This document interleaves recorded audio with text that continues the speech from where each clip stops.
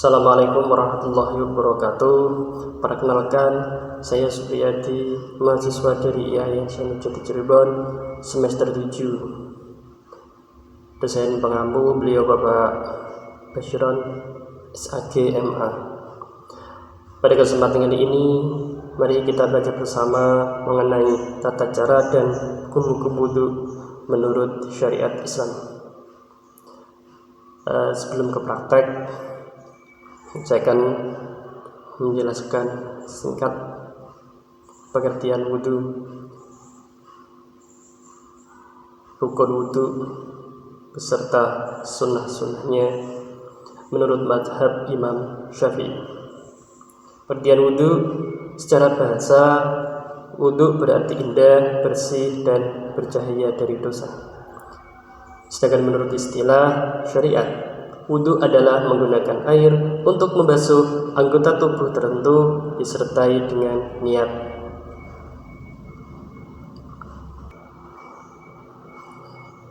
Dan media yang digunakan untuk berwudu itu adalah air yang suci dan mensucikan, atau bisa disebut juga tahir. Adapun jenis air yang sah digunakan untuk wudu itu ada 7 macam. Yang pertama air hujan, yang kedua air laut, yang ketiga air sumur, yang keempat air sungai, yang kelima air embun, yang keenam air salju, dan yang ketujuh air sumber atau dari mata air. Terus selanjutnya rukun wudu atau fardu wudu. Dalam mazhab Imam Syafi'i, rukun wudu itu ada 6, yaitu yang pertama niat, yang kedua membasuh wajah, yang ketiga membasuh kedua tangan hingga siku, yang keempat mengusap sebagian kepala, yang kelima membasuh kedua kaki hingga mata kaki, yang keenam tertib atau berurutan. Yang pertama niat. Niat adalah pekerjaan hati yang dilakukan bersamaan dengan membasuh wajah. Fungsinya untuk membedakan antara ibadah dan aktivitas biasa. Adapun niat yang disunahkan sebagai berikut.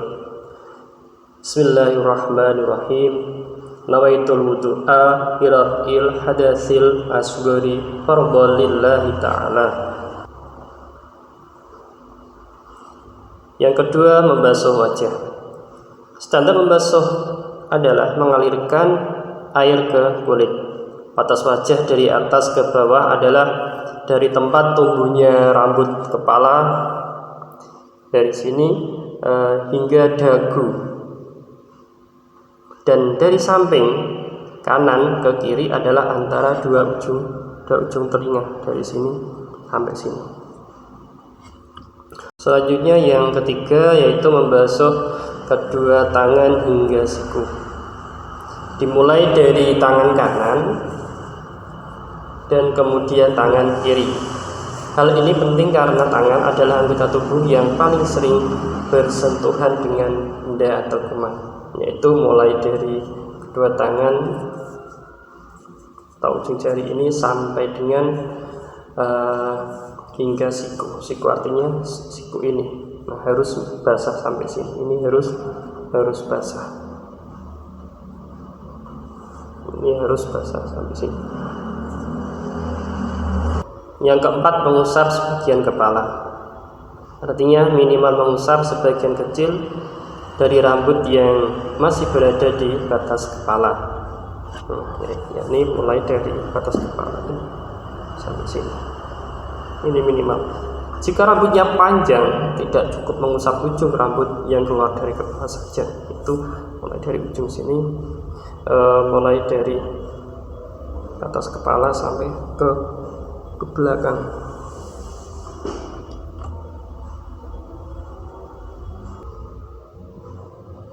Selanjutnya yang kelima itu membasuh kedua kaki hingga mata kaki. Air harus mengalir hingga seluruh mata kaki. Menariknya di telapak kaki terdapat banyak syaraf yang terhubung dengan organ tubuh. Sebab itu wudu juga akan memberikan rasa segar dan nyaman. Yang keenam, tertib atau berurutan, artinya mengerjakan rukun wudhu itu sesuai urutan yang telah ditetapkan, yakni yang pertama mulai dari niat, wajah, tangan, kepala hingga kaki. Jika urutannya dibalik, maka wudhunya tidak sah. Selanjutnya kesunahan wudhu. Ada cukup banyak sunah-sunah wudhu. Di antaranya disebutkan dalam kitab Fathul Qorib karya Syekh Ibnu Qasim Al-Ghazi, yaitu yang pertama membaca basmalah di awal wudhu, yang kedua membasuh telapak tangan hingga pergelangan, yang ketiga berkumur, yang keempat menghirup air ke hidung lalu mengeluarkan atau istinsyak, yang kelima mengusap seluruh kepala, yang keenam mengusap bagian dalam dan luar telinga, yang ketujuh menyela-nyela jenggot yang tebal, yang kedelapan menyela-nyela jari tangan dan kaki, yang kesembilan mendahulukan anggota kanan sebelum anggota yang kiri, dan yang ke-10 melakukan setiap basuhan atau usapan tadi sebanyak 3 kali atau taslis. Kemudian yang ke-11 selanjutnya juga disunahkan untuk berdoa setelah wudhu, sebagaimana yang disebutkan dalam berbagai kitab fikih. Adapun lafalnya yaitu Bismillahirrahmanirrahim, asyhadu an la ilaha illallah wa asyhadu anna Muhammadan abduhu wa rasuluh. Allahumma ij'alni minat tawabin wa ij'alni minal mutatahhirin wa ij'alni min ibadakas shalihin. Nah, untuk selanjutnya mari kita simak video berikut. Mari kita saksikan bersama.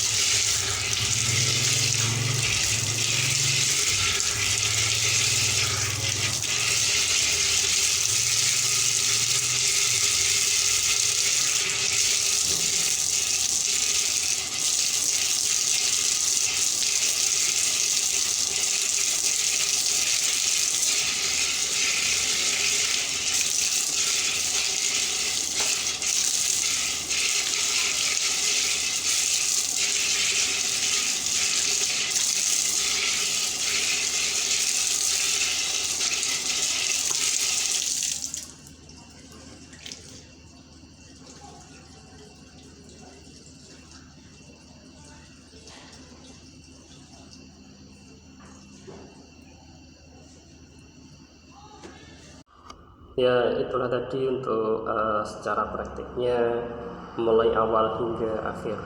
Untuk selanjutnya hal-hal yang membatalkan wudhu. Apa saja sih hal-hal yang membatalkan wudhu itu? Ada 4 hal yang membatalkan wudhu. Yang pertama, keluarnya sesuatu dari kubul atau dubur, baik disengaja maupun tidak sengaja atau kecuali sperma. Yang kedua, hilangnya akal seperti karena mabuk, pingsan, gila, epilepsi, atau dibius dan tidur. Namun tidur dalam posisi pantat tetap menempel di alas ini tidak membatalkan wudhu. Yang ketiga, bersentuhan kulit antara laki-laki dan perempuan yang bukan mahram tanpa menghalang. Yang keempat, menyentuh kemaluan atau anus dengan telapak tangan tanpa penghalang, baik milik sendiri maupun milik orang lain. Selanjutnya hikmah wudhu. Sepanjang hari tubuh kita bersentuhan dengan kuman dan bakteri. Dengan wudhu minimal 5 kali sehari kita membersihkan diri dan menjaga kesehatan tubuh, sekaligus mensucikan diri dari dosa. Demikian penjelasan singkat tentang tata cara wudhu menurut mazhab Imam Syafi'i. Semoga bermanfaat dan menambah pemahaman kita dalam beribadah.